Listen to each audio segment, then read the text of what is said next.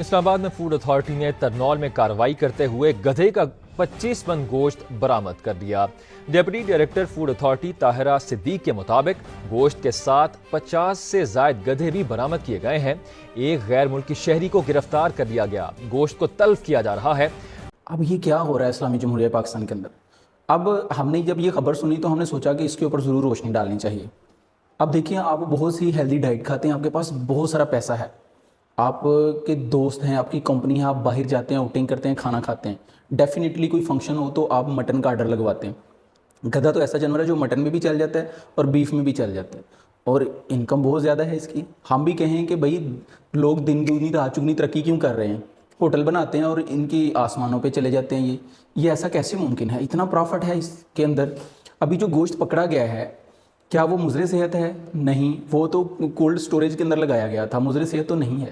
اور چلیں نیوٹریشن کی بھی اگر بات کریں تو کیونکہ ہمارا جو چینل ہے وہ ہیلتھ ٹپس دیتا ہے، تو اس کی نیوٹریشن تو بہت زیادہ ہے ڈنکی کے گوشت کی۔ اس میں امائنو 3 فیٹی ایسڈز ہیں، گڈ پروٹین ہے، فیٹس ہیں، منرلز ہیں، وائٹامنز ہیں، فائبر سے بھرپور ہے۔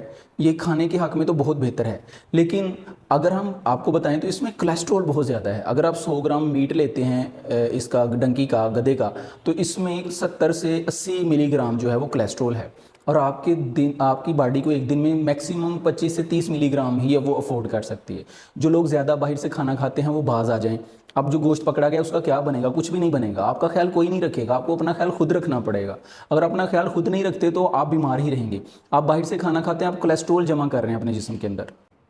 اور سب سے بڑی بات جو ہے، یہ اسلام میں حرام ہے، اس لیے ہم نہیں کھاتے۔ ظاہری بات ہے اس کے نقصانات ہیں، کولیسٹرول جو ہے وہ نقصان ہے۔ آپ باہر سے بار بار کھانا کھائیں گے، آپ بنو پلاؤ کھائیں گے، آپ مٹن بیف کڑھائی کھائیں گے تو آپ گدھا ہی کھائیں گے۔ آپ لاہور میں تو پہلے بہت مشہور ہے، اب یہ ایک واقعہ نہیں ہے، چکن پکڑا گیا ہے ڈسٹرکٹ ناروال میں سے، کوئی 400 کلو گرام چکن مردہ مرغیاں پکڑی گئیں جو کہ ان کا گوشت بنایا جا رہا تھا۔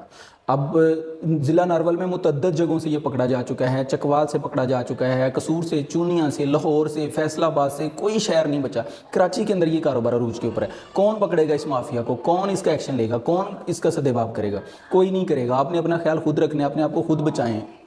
تو برائے مہربانی باہر سے کھانا بند کریں اپنا، اور اپنے پیاروں کا خیال رکھیں، گھر میں لائیں اور اپنے سامنے جانور اگر ذبح ہے تو اس کا گوشت کھائیں۔ گدھوں کے اوپر اعتبار مت کریں، یہ بنانے والے بھی گدھے ہیں، پکانے والے بھی گدھے ہیں، پکڑنے والے بھی گدھے ہیں، اور جو پکڑے جاتے ہیں وہ بھی گدھے ہیں۔ بہت شکریہ، اپنا بہت سارا خیال رکھیے گا۔ اللہ حافظ۔